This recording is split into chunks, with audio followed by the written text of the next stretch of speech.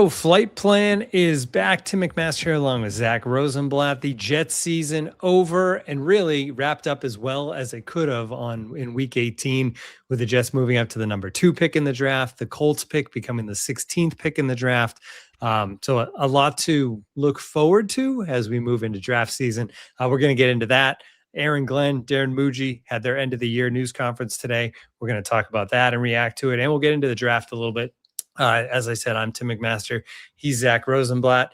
Thank you to the baggage handlers for joining us on YouTube. We have reviews from the Apple podcast, 5-star reviews to read through at the end of the episode. So thanks for getting some of those in as well. We appreciate it. I stumbled through that all, Zach, but how you doing? I'm good. I will say we're trying out. I'm live on Twitter and we think Instagram. Trying to see if it's working on Instagram or not. But we're live on those right now, so we're adding a few. Hopefully, adding some more people to listen to these live because we like doing them live. But yeah, it's drove out of the Jets facility today for the last time until like April, I guess, for the draft. Probably we'll go to the combine in Indy, but and maybe the Senior Bowl. I haven't decided yet if I'm going to that, but. Yeah, last day, which is always a weird feeling because I go from having this set schedule all season. Like my routine of Monday and Tuesday from home, Wednesday, Thursday, Friday at Jets, Saturday either travel or hang out with my wife, and then Sunday game, and then you go again. And we did that for 18 weeks or 17 if you don't count the bye. And now it's just over, and I'm going to be home a lot. And as my wife always says, like when I work from home this many days in a row, or when I'm just home alone and don't see any people, she can usually tell because when she gets home, I act pretty crazy. So there's going to be a lot of crazy Zach going on in my apartment. But I am happy that the offseason is here because this was just a terrible season, like in all ways. So boring, so lame. It's been over since Halloween. Fans are as angry as I've ever seen them. Twitter is more toxic than usual somehow. Everybody's yelling at everybody. Everybody's eating each other alive. There's the people who hate Aaron Glenn's guts. There's people who say give him a chance, and they all hate each other. Everybody's fighting. Everybody's mad. I'm hoping we can all come back together for the offseason, which is where we all thrive as podcasters, as writers, and as Jets fans. We thrive in the offseason. This is our actual Super Bowl. The Jets have been the offseason champions for many years other than last season, and we're about to return to form with 2 first-round picks, 2 second-round picks, $90 million in cap space, and they're going to sign 1 million new guys. So exciting stuff ahead.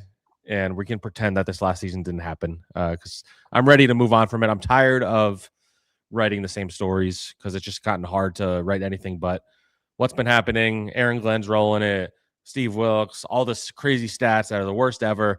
Like I don't want to mention the interception thing for a couple weeks. I was about to mention. I meant like in print. Like we could talk about it on the podcast, but in print, I don't want no interceptions.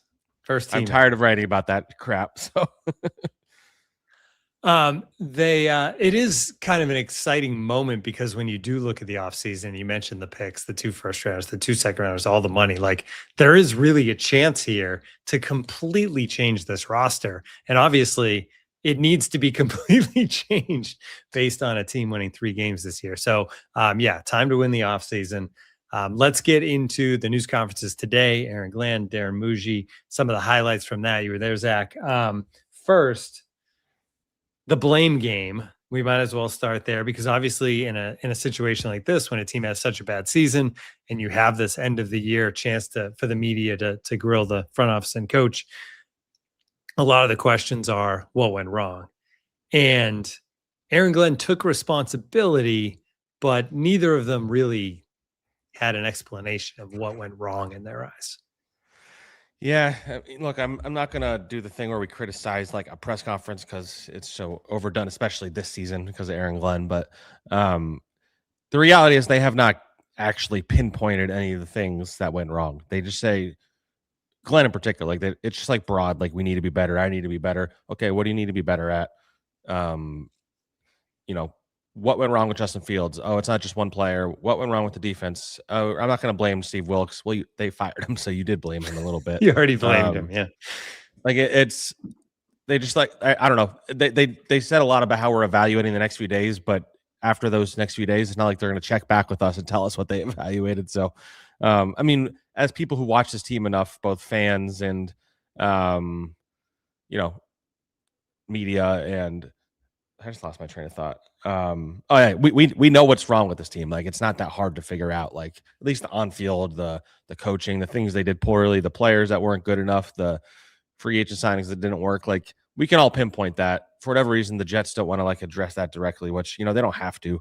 I don't blame them, but they know what's ahead. They know they need a quarterback. They know they need a DC. They know they need to create a better environment for a quarterback. They need receivers. They need pretty much every position on defense. And that's all a fact, even if they want to kind of avoid talking about it. So, that's just where we're at. I think it would have been totally fair and understandable if they admitted that the experiment with Justin Fields failed, but they kind of just avoid talking about it instead of admitting it failed. They don't say it succeeded. So the implication is they know it failed. Obviously it failed. And he won't be back. And he won't be back. Glenn did say he's under contract and Brady Cook is under contract, but we all know what's happening there. So, nothing surprised me that they said, nothing surprised me that they didn't say. It was just more like, we didn't really get anything out of that press conference. And I also kind of get it to a degree because, in the past, I don't remember what press conference was, but Joe Douglas would kind of catch himself putting the cart in front of the horse or whatever the expression is, where he'd say stuff like, we want Jamal Adams to be a Jet for life. And then they traded him and things like that. Whereas I think Mougey, to his credit, I think Mougey is really adept at not letting like a line of questioning get him. Like he kind of stays pretty steadfast and not saying anything. Like you could try and rephrase it and he's still kind of going to be like the same thing. He'll be short, not in a mean way, but he's kind of like, we'll give a short answer. And I will say like the one thing he did said that fans will call back on, which I guess kind of falls in line with the Jet for life thing, is where he said he was asked like, how soon can you be competitive and like respected or whatever it was. And he said, we can be competitive as soon as this season, basically is what he said. So that'll be circled back, just like that we want to win and we want to win now thing from last year. If they start 0-4, that quote's going to come back up, but we have a whole offseason ahead. So like, today and yesterday, it was about an obituary for the season, looking back at what went wrong. I think as we go forward, everything's going to be about what they do now. Like you can be skeptical of Aaron Glenn, you can be skeptical of Mougey or Engstrand or whatever it is. You can be skeptical of all this stuff, but we won't know if they're going to improve until the fall. And none of these people are getting fired, so there's no point in talking about that over and over again. Now that we know that for sure, so I think the rest of this offseason, I hope the focus is just like, okay, who's the right quarterback? Did they get the right quarterback? What do you think of that? And then all the other stuff as well. Well, and Aaron Glenn has gotten plenty of criticism, and you mentioned it continues to go and it continues to build among the fan base. But overall, I think if you ask people about Mougey, they would give him pretty strong marks for his first year there. Not everything was a hit, but he did have some good signings in the offseason, some low-risk good signings in the offseason. Then they get into the year. I think they cut bait on the season at the right time, made some trades to bring in what could be a potential great draft class with the extra first rounder, the extra second rounder. So I think people feel pretty good about Mougey, but this is the offseason that's going to make or break him because of that, right? He has set the stage for this to be the year that everybody is going to, I think, judge him on because of this draft and the amount of money he's going to have to spend. We're going to look back, I think, a year from now, and you're going to either love him or hate him. I think it's not going to be like it is now for Darren Mougey, where he's kind of like gotten by with some pretty good moves and people feel pretty good about how he set the stage. Yeah. I mean, this offseason is going to dictate all opinions about Darren Mougey. Like you can celebrate the between the margins trade he did last year. He didn't have to take any really big swings last year. Like Fields was the biggest swing they took. And even that, everybody knew there was a chance it wouldn't work. Like I thought it was the right move at the time. And I still, in retrospect, do like the idea of trying to, maybe they overpaid. I don't think it's a big deal. They still have $90 million in cap space, even after overpaying for him. And they're not going to have less when they cut him. So like you can criticize them for it, but it's not a big deal. Ultimately, the big deal is that he was very bad. They didn't see that he was very bad, and they did a bad job of building an offense around a guy who was bad, I guess. So, I think you could criticize him in retrospect for not taking a flyer on a quarterback, because if you look, like Tyler Shuck was a second-round pick. You could have had him, and he looks pretty good right now. Jackson Dart, not everybody evaluated him as highly as the Giants, but like there were quarterbacks to be taken. They didn't take any flyers, and so you were left with Brady Cook, playing out the string at the end of the season, or that guy Riley Leonard looked pretty good for the Colts at the end of the season, or Shador. Although while him, Riley Leonard may have looked good for the Colts this season, they also went to Phillip Rivers for 2 weeks. Yeah, but rather than give it to him. So. But yeah, so we're gonna find out what Mougey's made of this offseason. When you have that much cap space and draft capital, there's no excuses anymore. Like, you need to have a better team next year. It's a low bar to clear having a better team, but like, they need to be competitive at the beginning and end of the season. They're not. I don't think this is a playoff team. They have too many holes unless the quarterback they draft, whether it's Moore or Mendoza or whatever, unless he comes in and it's Jaden Daniels in year one.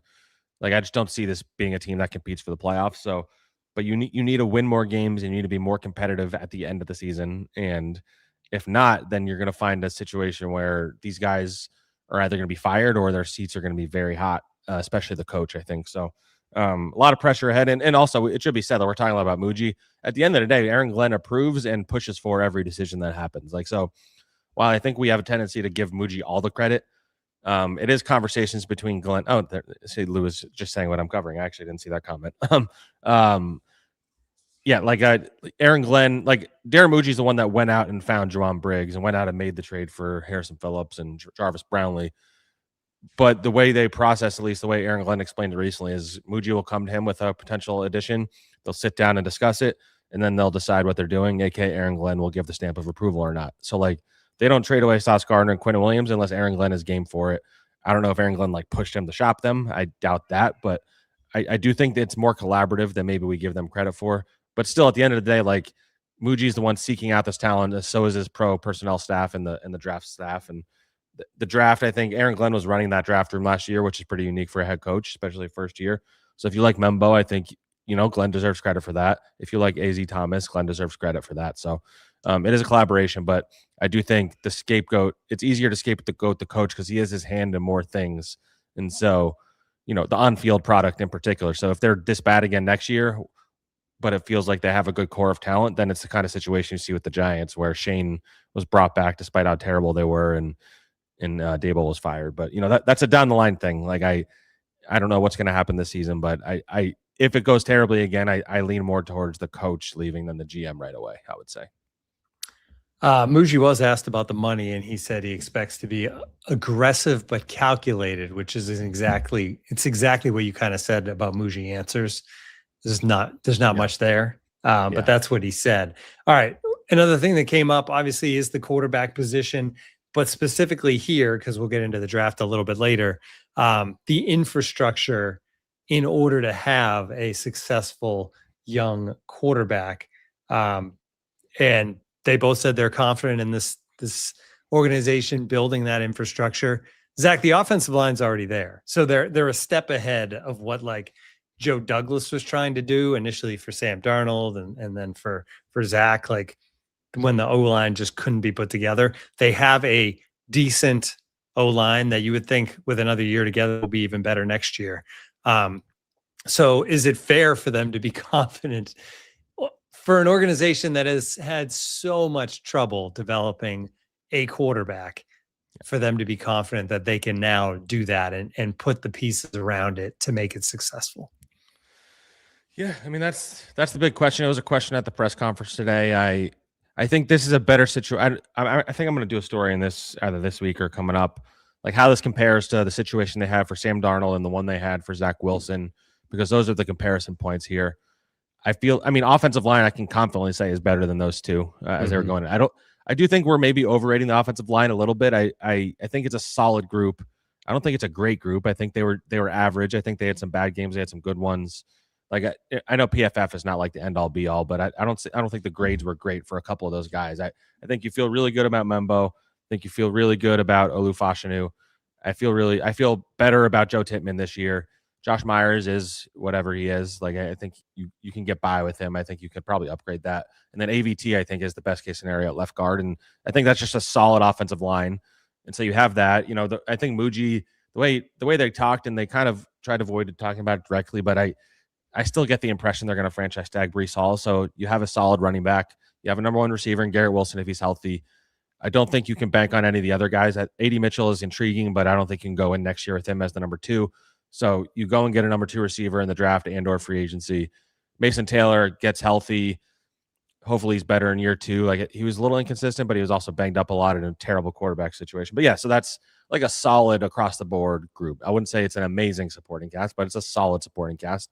And the biggest question you would have is if it's the coaching staff is the one in place to like get them in the right position to succeed, because we haven't had any evidence of that, because they tried building an offense around Justin Fields and it didn't work. It was probably didn't work because he's so bad, but they had a plan and it didn't work. So is Tanner Engstrom the right OC to build a team around him? Is Charles London the right quarterbacks coach? I lean towards him getting fired, but I know I don't think Aaron Glenn's made any official decisions on the staff yet. They need the right supporting staff. They need the right scheme. They need to build this around whoever the quarterback is, build your offense around him and make his life as easy as possible. And hopefully it's someone that can make plays also when the things break down. And I think a lot of NFL offenses these days have become progression based, where you go through your progressions as opposed to like reading the defense, which makes it simpler. It didn't really work with Justin Fields because he just, if the first read wasn't there, it was just an absolute mess.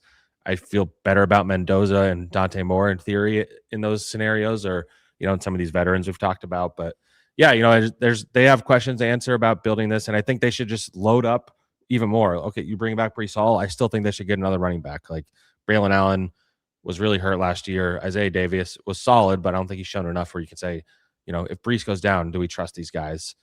You need receivers. I'd get multiple. I'd get another tight end. I'd get some depth on the offensive line. Like, I think they need to still load up on the offense, even if defense is a bigger concern, because this is an offensive league at the end of the day. And if you can't score points and get first downs, then you're going to lose all the time. And that's what we've seen for years and years and years. They've had good defenses and terrible offenses.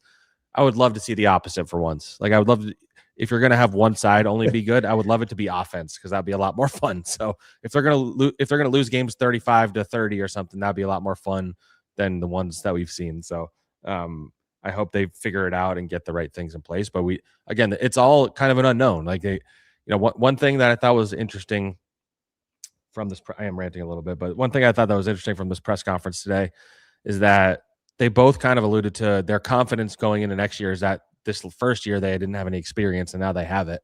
Like, it was like they admitted that they, not that they weren't ready for the job, but like that's a much different tone than Aaron Glenn struck when he first got here, when he's talking about like, Dan Campbell let me be the head coach sometimes and I would run the thing and I'm ready for this job. Like, I'm not worried about like the first year things that happen. And then he pretty clearly was learning on the job. And now they're kind of admitting that like, yeah, we were learning on the job, but now we've learned and we have that experience. And now I feel better. And, maybe it will get better. Like, I think if you want to think about the idea of everything getting better and them building a better environment for the quarterback, it's that they have a whole offseason, whereas, and they have all this backlog of evidence and they got more time with these players. Whereas if you think about the hiring cycle and, they don't get credit for this or anything because every team deals with it, but the season ends in January. The interviews happen over the next couple of weeks. The hiring happens at the end of January. And then you have basically a month or less to get your staff together and prepare a plan, learn about what Mougey needed to learn about what Aaron Glenn wanted and vice versa. And then they needed to construct a plan for the combine less than a month later. And then you have free agency starts 2 weeks after that. And then you have the NFL draft starts a month after that. So it's like, it all happens really fast. And maybe they weren't ready for that moment in terms of the building and stuff like that. So we'll see if they take the right lessons from last year. We have no evidence that they will or won't. And that's why you should be open to the possibility they figure it out. They gave me no reason to be confident that Aaron Glenn in particular will, but I'm open to the possibility that he figures it out. Like, I think everybody should be. And in his defense of saying what he did last offseason, it's not like you can take a job as a head coach and be like, well, this first year, we're just going to learn some stuff. Like, yeah, that's fair. not going to go over well with I don't really know what I'm doing yet, but I will a year from now. I promise, guys. Yeah, I'll get there. I would love coaches. I would love if everybody just had to be like, everybody took truth serum before press conferences. But like, yeah, I didn't really know what I was doing on that play. I kind of just made it up as I went along. Like, I just would love to hear stuff like that. All right, defensive coordinator. That is the thing that is open already and needs to be filled. They asked Glenn about that today. He said it seemed like the thing he stressed, Zach, was that whoever it is, and they said they're going to do plenty of interviews to fill the role, it needs to be someone that meshes with him. Now, that's not to say he didn't feel that way last offseason, but I think it's fitting, or it's interesting that he called that out, that like, hey, this needs to be somebody that I work well together. And I wonder if that means it's somebody that he has to already know now. I think it'll have to do more with scheme aligning with what he's accustomed to, because he actually said something. Yeah. He admitted something interesting later in the press conference when he was asked directly, like, so why did you hire Steve Wilks when you guys didn't have a background together? You know, it didn't go well for him in San Francisco. And he said like he wanted to run a similar defense to what they ran in San Fran with Wilks, which basically is the defense Saleh ran, which didn't work in San Fran because Wilks was trying to run the solid defense, ironically. And they brought him here, and that was like the idea. And then I think they started to And now Saleh's back there, and it's working. It's a very confusing little thing going on there. But so you have the combo of that, and I think they tried to mix in some Aaron Glenn stuff and mix in some of Steve Wilks' stuff. And so you just had a mishmash and a defense without an identity. I think they're going to try and find a coordinator that leans into what Aaron Glenn maybe was more known for in Detroit, which is a team that blitzes a decent amount and does a lot of man coverage, which I think they didn't really do a whole lot of that stuff this year. The blitzing in particular, they didn't really blitz like I thought they would. And that's why Wink Martindale is a name that's been thrown around. He might be the best they can do, like especially with a lame duck coach. And if he wants to get back in the NFL, I think he's someone to keep an eye on. I think there's mutual interest there. I mean, some interesting names that I actually didn't think were going to come available have Jim Schwartz is, if they don't, whatever next Browns coach doesn't retain him, I don't know why they wouldn't, but he'd be available in theory. Raheem Morris, I believe, has a friendship with Aaron Glenn, though I still think he's more likely to end up in LA if Chris Shula gets a job. Jonathan Gannon was just fired today, which I also didn't expect. So there's going to be a bunch of candidates out there. Matt Eberflus was fired today. I wouldn't call him a candidate, but he was fired today. That'd be like people were not happy about you tweeting. I know. I wasn't tweeting that. They misunderstood. I know that happens a lot on Twitter, I've noticed. Anyway, yeah. So Eberflus was fired. That just opened up another job that is more appealing than the Jets one, frankly. So, the Jets are gonna have a lot of competition for DCs, which is why someone like Wink makes a lot of sense, and that's why he's probably my like early prediction. Another one that I'd be intrigued by, I haven't seen his name floated, is Denard Wilson, the DC from the Titans. He did a pretty good job for a bad team. So there's some candidates out there. Like they should be able to get an upgrade over Wilks. But again, it's not an appealing job. So, but yeah, I think he's looking for a lineman and someone he relates to. And I think it's also, there's also a scenario where he hires someone with a little less experience and he's more involved in the defense next year. And he might want to be more involved in the defense anyway with how it went. The idea with hiring Wilks, which part of what he said is like he kind of wanted to hire someone who he could be like, okay, you just handle the defense and I'm going to, walk around and do everything. And that didn't work. So I'm very curious to see how much different things look in training camp. And we'll know quite a bit based on who they hired. Like if it's Wink Martindale, it's kind of probably the same thing because Wink clashed quite a bit with Dayball, but he's kind of someone you're going to give the defense to and let him do his thing. You're not going to micromanage Wink Martindale. You might micromanage, I don't know, if you do like Jim Leonard or Al Harris, like somebody who doesn't have any DC experience in the NFL. Like maybe you're a little more hands-on. So that's going to be an interesting part of this offseason. But as of now, I think Wink would be my early prediction, but I think we're going to see them interview some guys, and that could change for sure. All right. We just talked about a bunch of coaches. I know we had like coaching carousel on the rundown, but I think we're kind of covered that. So let's get to the draft. The Jets, they just kept kind of moving up one spot per week, it seemed, for the last 4 or 5 weeks of the year. And the Giants come through in week 18 with a victory. So the Jets land at number 2 behind the Raiders. And then they get number 16 because of the Colts free fall after the trade. And then the 2 second rounders. It looks really good. Obviously, we are officially now with the number 2 pick on Dante Moore watch, right? Like, it'd be hard to find somebody who would disagree with, like, if Dante Moore declares and the Jets are number 2, they would take whichever guy does not go number 1, right? Yeah, I mean, we're months away. Things can change. Things always change. But that feels like if Moore comes out, that seems like it's almost predetermined at this point. Neither of those teams is going to trade that pick if there's an obvious quarterback available. I will say, and we'll have him on the show at some point because we do every year, but Nick Baumgartner just published a mock draft that angered Jets fans because it had Dante Moore going 1, and he had the Jets passing up on Fernando Mendoza to take Arvell Reese at number 2. Like, I don't know if he did that to just piss off Jets fans, because I literally had people messaging me like, Zach, you need to talk to your boy. So we got to get Nick on to talk about that because it's just kind of funny to me. Like, I think that would probably be the scenario that would make the Jets fans the angriest, passing up Mendoza, who they've all been begging for. Although I will, the one thing about that is like, by a lot of people's opinions, that would mean the Jets get the best player in the draft. Yeah. And if they did that in theory, that would mean they don't think highly of Fernando Mendoza. Like they don't want to put all their eggs in that basket in theory. Or maybe they want to go crazy and do what the Texans did when the Texans, they had the second pick and then they traded up to the third pick to get Will Anderson, which worked out. Like, was that CJ Stroud? I think that was the same draft, right? CJ Stroud and then Will Anderson. So they traded like a future first.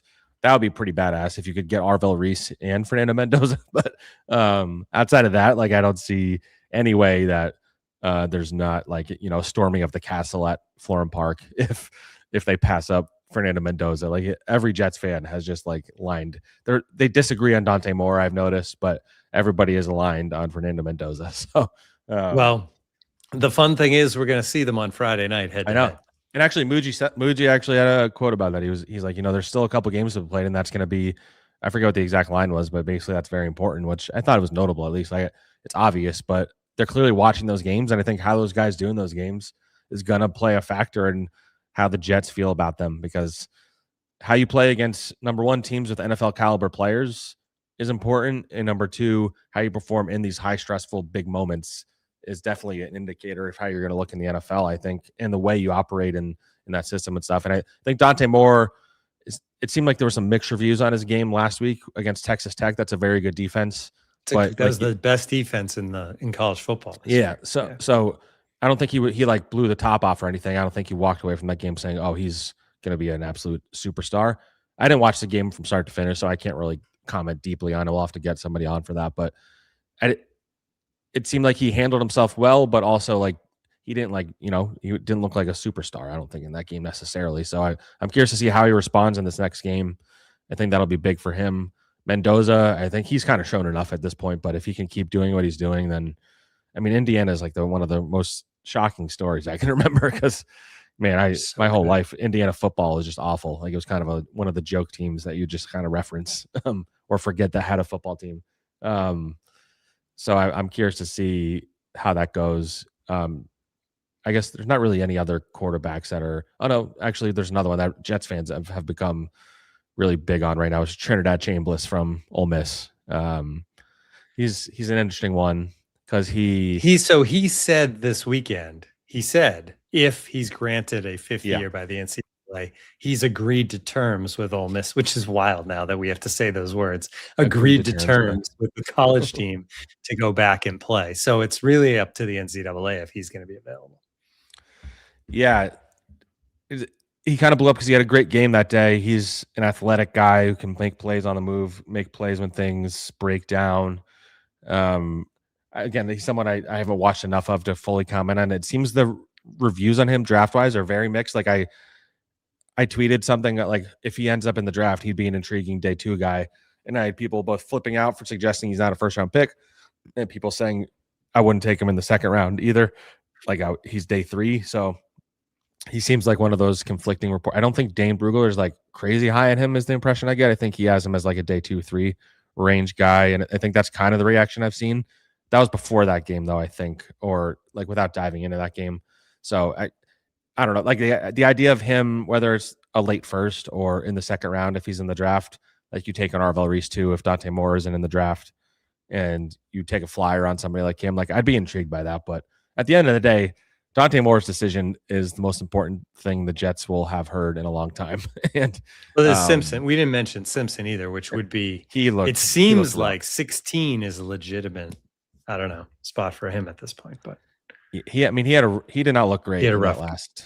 Yeah, and he was kind of up and down as the season went on. He's pretty clearly a project, though he has some tools.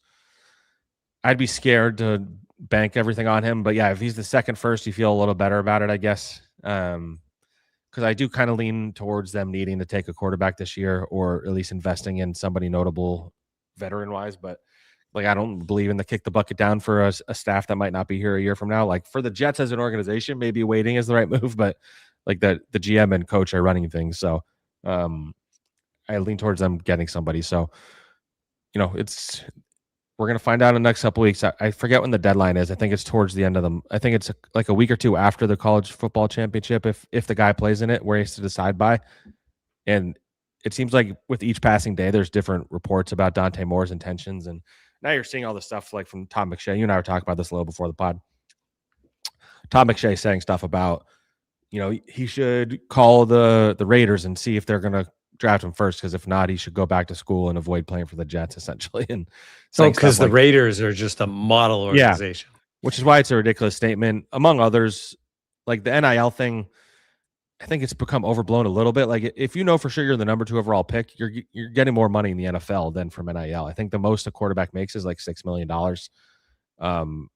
Phil Knight would probably pay Dante Moore $10 million to bring him back, but you get $20 million guaranteed from the NFL, and that's just guaranteed. You get over the life of a contract that you're not going to get rid of that quarterback until at least the 4th year. After the 4th year, in theory, I guess Zach Wilson was before that, but so you're going to get a lot more money than that too. So if he knows he's being the 2nd overall pick, I don't see, unless the money is not that important to him, I guess kicking it down to next year is very risky. You've seen that fail miserably for guys. It's going to be a better draft class next year. No guarantee you're top 2. So I think that whole scenario is a little ridiculous. It's certainly I don't doubt that there's guys that would look at, they're in the draft and like, man, I really don't want to go to the Jets. That's probably a reality, but I don't think it's a scenario where anyone's going to refuse to. There's not a Manning in this draft class where maybe Arch Manning would refuse to play for the Jets because that runs in his blood, refusing to play for a team you don't want to play for. But I just don't see that happening. I don't think in the modern NFL that's going to happen. It's also, it is New York. Like there's a lot to be said for. And it's New York. And to your point, the Raiders have been as big of a mess in some ways. They just had another one and done coach. They've had so many coaches, more coaches than the Jets in the last decade. And I think they've made the playoffs. They took a borderline Hall of Fame coach and made him one and done. Yeah. What's you and I were texting, but the last time he was one and done, he was Aaron Glenn's coach in 1994 with the Jets. Yeah. But so the Raiders have not won a playoff game since 2002. So while they've made the playoffs more times than the Jets in the last 15 years, they've not won a playoff game since 2002 when they made the Super Bowl with Rich Gannon and when Bill Callahan was their coach, and they lost that Super Bowl. Who did they lose that one to? That was the Gruden game, right? Because Gruden left Bucks. the Raiders to go to the Bucks, and then they met in the Super Bowl.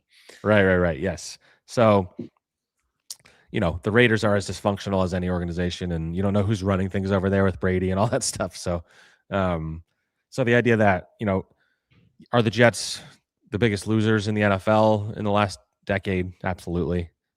Is this season miserable in so many ways? Yes.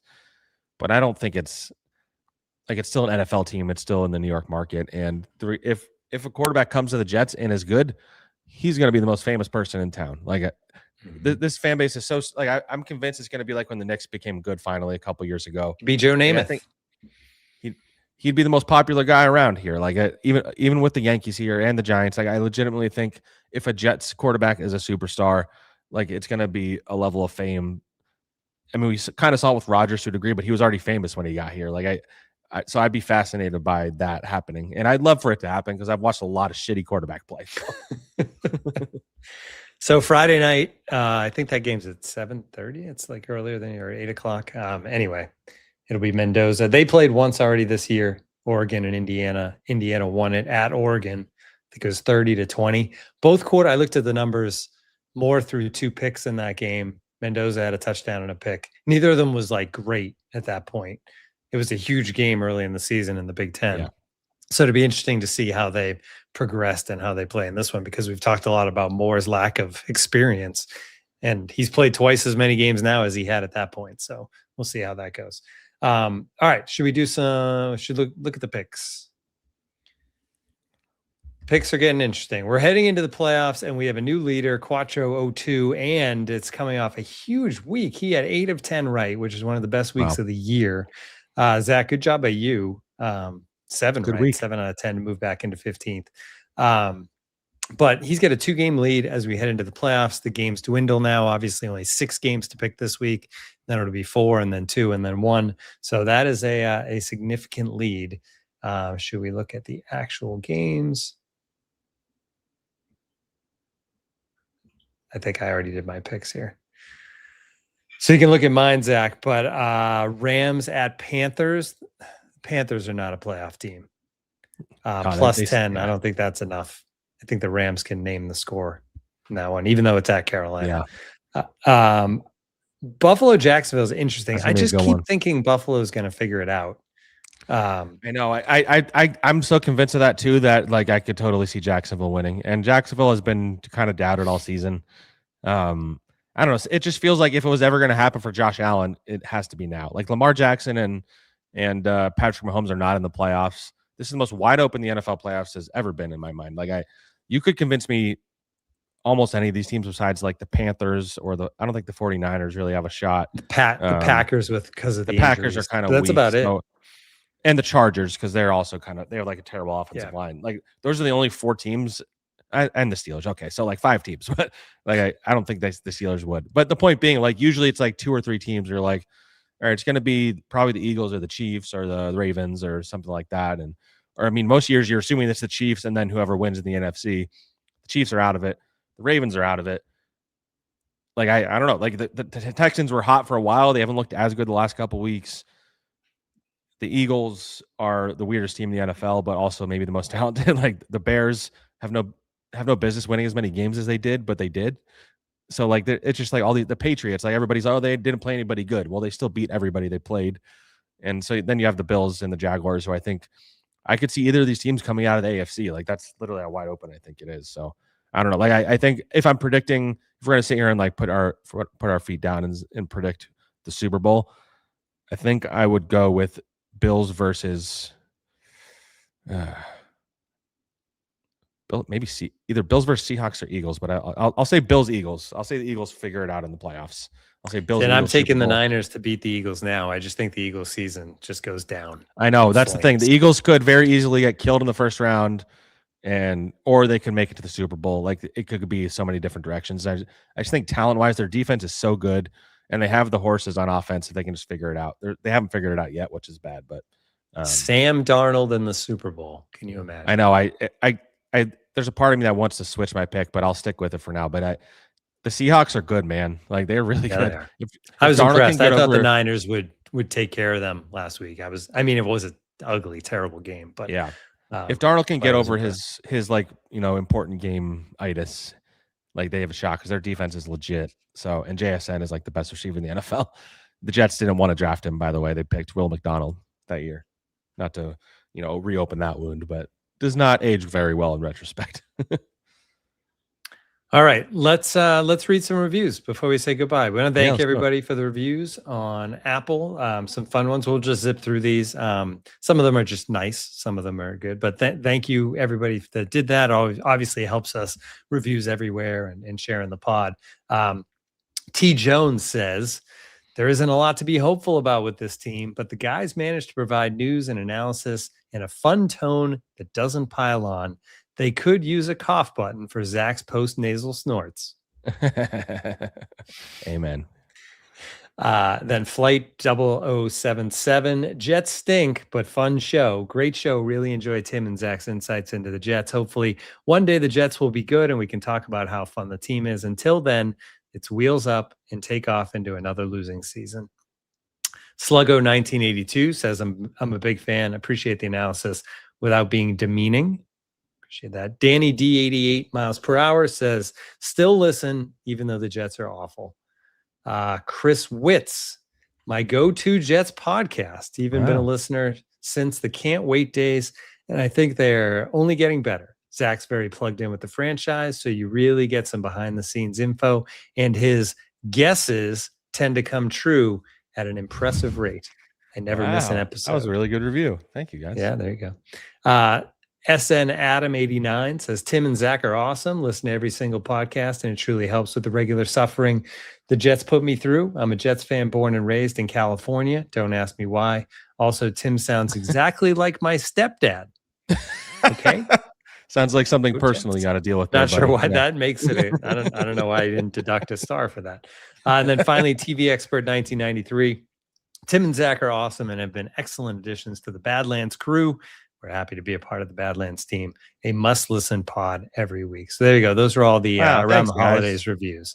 So kind words. And that's going to do it for us. I think we're shifting officially. Tell me if I'm wrong, Zach, but I think we're officially into 1 episode a week unless something big happens, and then we'll do more. Yeah. Like if they like shockingly fire Tanner Engstrand, which I don't think they're going to, but if they were to do something like that, we'd probably do an emergency pod. But yeah, other than that, once a week from here on out, and I'm sure we're gonna get some draft experts. I was thinking maybe we start getting some people who've covered some of the quarterbacks the Jets might be considering, or even if it's a college guy or something like that. We're going to really dive into this offseason. It's going to be fun. This is where we thrive, like you said. So subscribe also if you're listening. You don't subscribe already, because then you get the notifications that we're going, and it helps us out a little bit too. So, and the live number is huge today because of the addition of Instagram and Twitter. Zach, appreciate you offering up your accounts for that. So thanks to everybody who's never watched us before, that's joining us in either of those places. Jump over to YouTube and subscribe there, or to the audio version and check us out. We appreciate it. That's going to do it for this edition of Flight Plan. We'll talk to everybody soon.